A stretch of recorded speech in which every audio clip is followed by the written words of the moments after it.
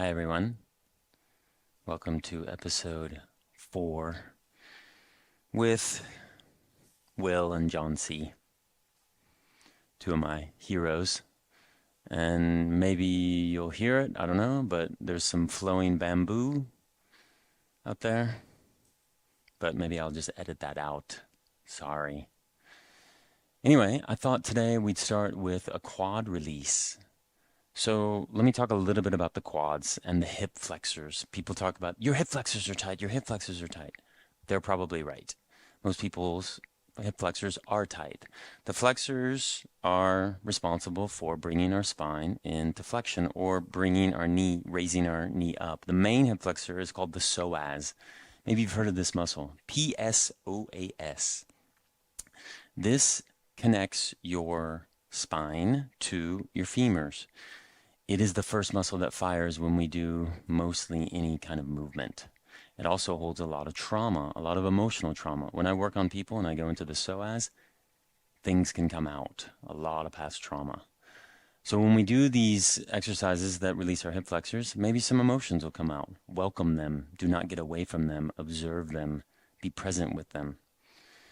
So first one is to release the quads. And why are we releasing the hip flexors? Because you see this in a lot of people. Oh, my back. One of the reasons behind back problems is because the hip flexors are tight and they're bringing your spine into flexion, like I said before. And boom, shakalaka, they'll bring your spine into either anterior, into lordosis, or into more of a military style kind of flexion with posterior tilt of the pelvis. So when we can release the quads, we can also take the pressure off the lower back. So in the future, if you have any lower back problems, you feel like, release those quads or the psoas. That'll be later episodes though, psoas release. We're going to start with the quads. So I'm going to face this way. I'm going to grab my left foot with my right hand. Why? Because I want to get the lateral aspects of my quads.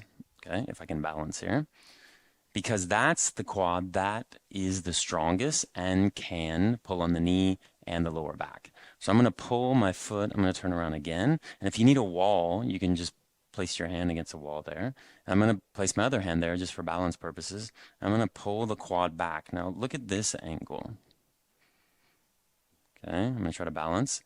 I'm going to pull that quad back and I'm going to tuck my tailbone under so then I can lengthen that quad attachment as well. Okay, I don't want to bring it into anterior tilt. I want to tuck that tailbone under. I'm going to try to bring the knee, the quad back in line with that other quad. Okay, I'm going to say quads a lot, the quad city areas. And just pull that back. And breathe into it. And really breathe into it. Now, I can also do a little bit of side flexion with my spine, this way or that way. Okay, I can also maybe bring the knee towards my other leg or away. I can do a little bit of rotation, play around with it. There's no set, like, oh, I got to pull the quad this exact way. Tweak it a little bit, and you'll get different muscle fibers and different connective tissue fibers, fascial bags that surround the vastus lateralis with the intermedius and the VMO. And then come on back down, rest here for a second, close your eyes, see what you notice. Do you notice any difference between the left leg and the right leg? I do. What about you? I sound like Mr. Rogers. I'm going to switch to the other leg. I'm going to grab it with my left hand, my right foot with my left hand. I'm going to pull that quad back. I'm going to breathe into that. I feel the pressure on the medial aspect of my knee because I've had problems with, I think it's my meniscus. I haven't had it checked, but for over 20 years, easily. And I think it's a little bit torn. And so that's another episode.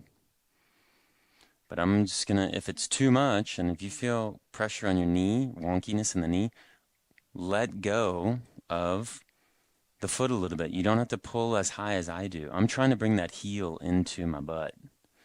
But I'm going to turn this way. My balance is not as good as on the left, so I needed that wall.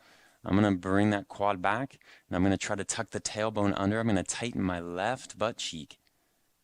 And I'm still holding there. And if you want to bring the knee inward towards the other thigh or away, you can. Bring it back further, extend the spine, tuck the tailbone under. And I noticed my forehead was tense as I almost bail and fall. So I'm relaxing my forehead. Pull that quad back. And then drop the leg. Rest there. Take a few breaths here. I feel sensations around my knees, my gastrocnemius on my left. I feel it in my butt. I'm able to come up into a little bit more extension here. Next position, we're going to come into the cat. This is a classic yoga position. And we may do an alternate position to it as well, but we're going to come down onto our hands and our knees. Now, if you're not sure where to place the hands, watch. I'm going to bring my hands in line with my shoulders, and I'm going to drop them down like that. My knees hopefully are under my hips, because I don't want my knee too far close, because then that impinges the hips. The work that we just did, you just undid it. So, look at my lower back.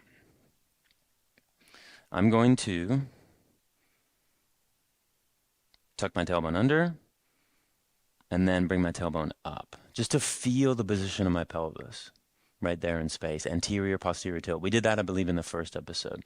Okay, anterior, posterior tilt. So just do that first.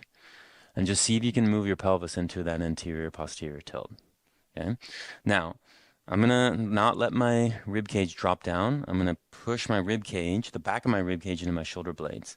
And then, watch this. I'm going to inhale. I'm going to let my belly drop. I'm going to look fat. Bring my chest up into extension. And then I'm going to exhale, tuck my tailbone under, and suck my belly button up.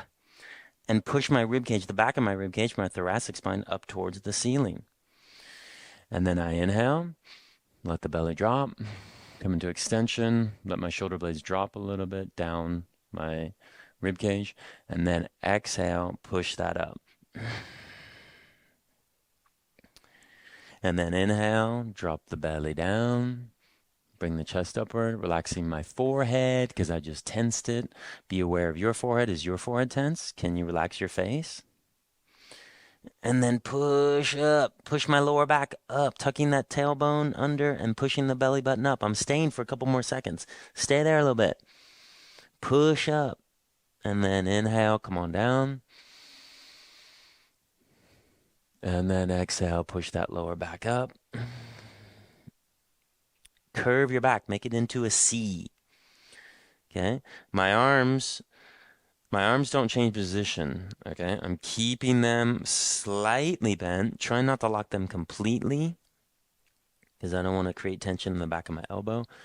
Yep, and I'm pushing down, bringing it to extension, and then pushing up. Okay, come back to neutral. Let's sit for a second. If you don't feel comfortable sitting like this, you can lie on your back if you would like. I'm just going to sit like this and rest here. Now, let's just take a couple breaths.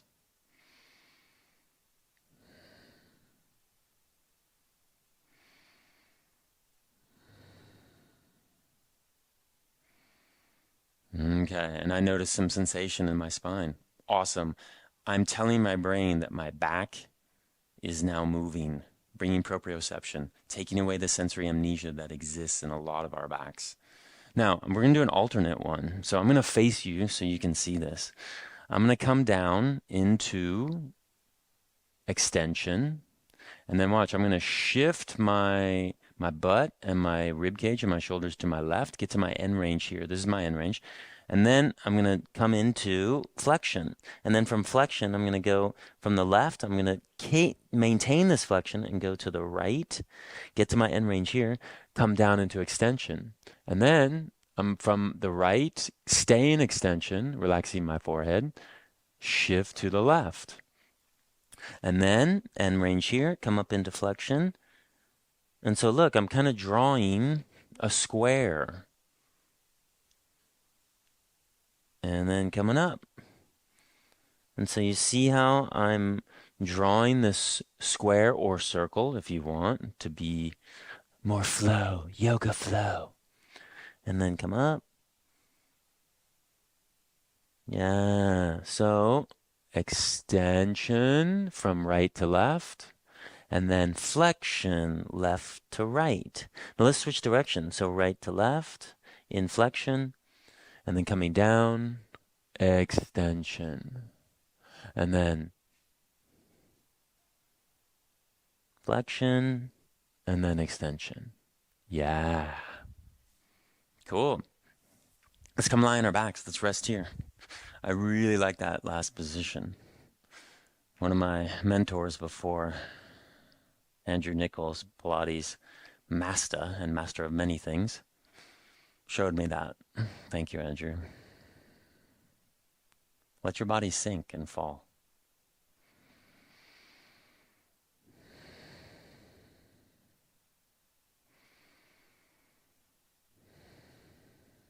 Okay, next position, bridge. I don't know how many times we're going to do bridge together.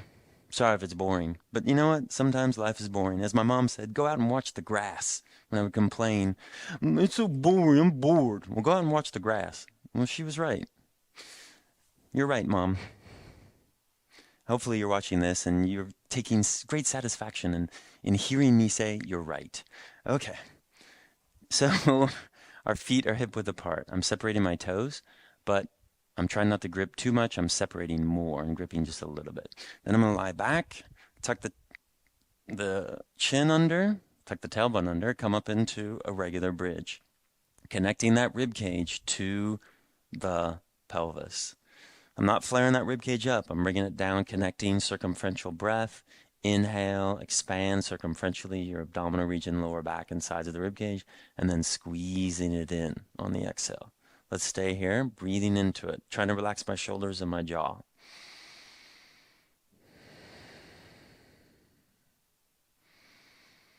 Imagining the tube that is my abdominal region, squeezing it in. Relaxing my shoulders again and my jaw. When I say me, I'm talking about you. Me, you, the same. Synergy. Be like water. Shapeless, formless. That's Bruce Lee, the master, not me.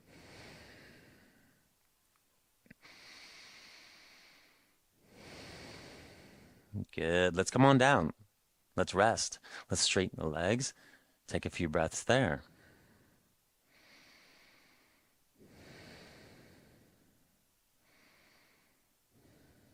Okay, next bridge. I call this giving birth. So I'm gonna face you so you can see my crotch and you can see my feet. So my feet are wide and 45-degree angle outward. Okay, I'm gonna lie back down. Make sure my feet are in good position. I'm going to come up into the bridge here. Now, with this one, there's a lot of pressure around the adductors, the quads, the hammies, the lateral aspect, the IT band. Imagine two circles surrounding where your femur goes into your pelvis, the acetabulum there. Two circles. And I'm pushing my toes down. If you notice that your toes are lifting up, or your big toes especially, push them down, activate them, and then I'm connecting that rib cage to the pelvis. Let me show you this angle so you can see it.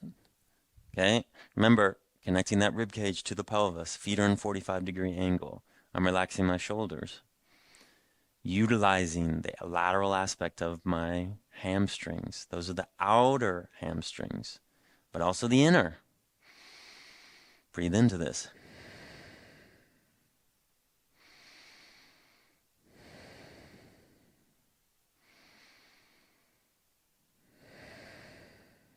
Two more breaths.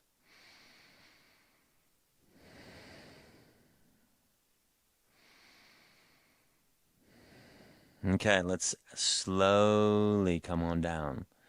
Straighten the legs out, relax there. Notice the sensations. Where are you feeling it? Where are you feeling the blood flow, the lymph, the electrical activity from your nervous system? Turning those areas on. Where are you noticing it? There's no wrong answer.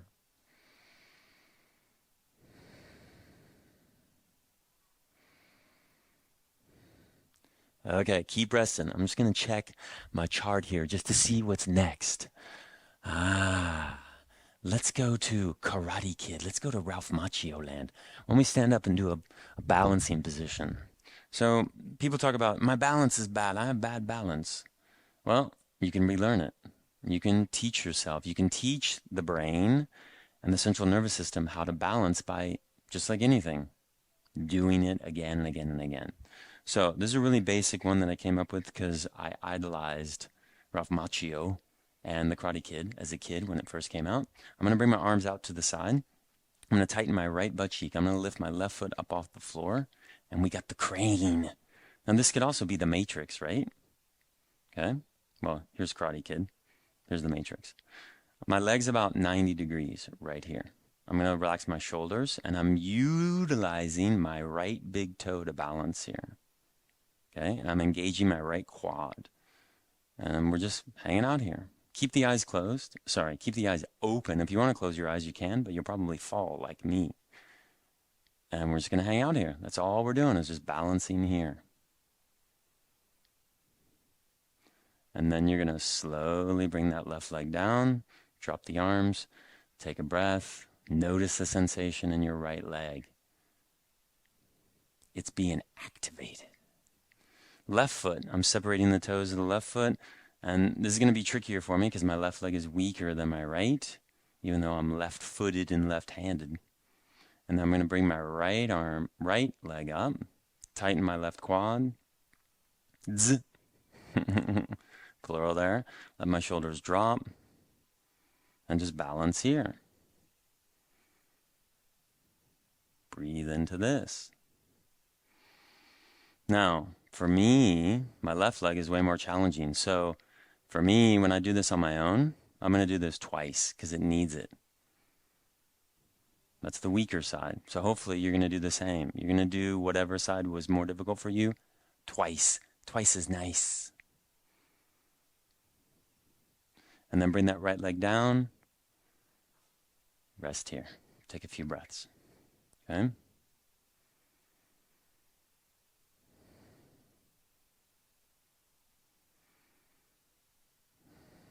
Okay. We're going to finish with, and we'll come back to the Karate Kid probably in a later episode. I'm going to give you the next step in it. We're going to do a squatting back bend because almost every class we finish with a squatting back bend or a standing back bend or a cobra because we want to finish with extension because we're stuck like this. And I say this a lot. Here's the go-to pose. Here's the mouse. Here's the car. Here's the TV on this. Toes are curled under if you want, or you can flatten the feet. I believe it was the last episode, I had the toes curled under. You can flatten them if you want, whichever is better for you. My hands are under my butt. Okay, everything below Will and John is engaged. I'm lengthening upward, tightening my butt, pushing the chest forward, tucking the chin under, activating the front part of my neck to maintain the head in this position. I'm not letting the head drop all the way back. I'm activating the muscles in the front of my neck, which are most of the time pretty weak. And yes, I said this last episode too. I like to repeat myself, folks. Now, push that chest up. Bring the arms into external rotation if you can. Keep the butt and the quads tight. Lengthen upward. Go into your breath.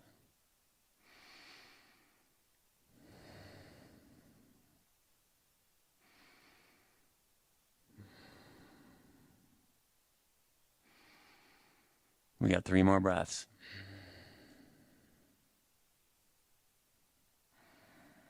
Letting my shoulders drop, lengthening the spine upward.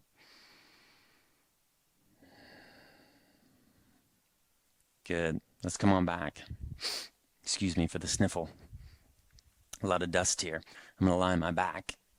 Hopefully you will do the same. I'm going to look at my body, make sure it's straight. We're almost done. But the most important position of all, the resting position. Can you let all the tension that you've just created go? Just let it go.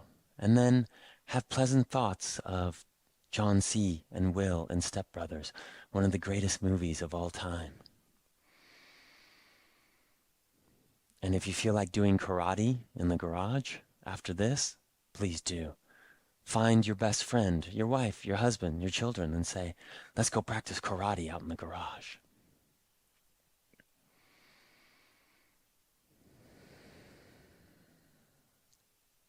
Keep resting, folks.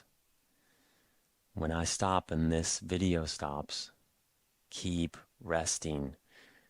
Postpone what you need to do for a few more minutes and let your body relax.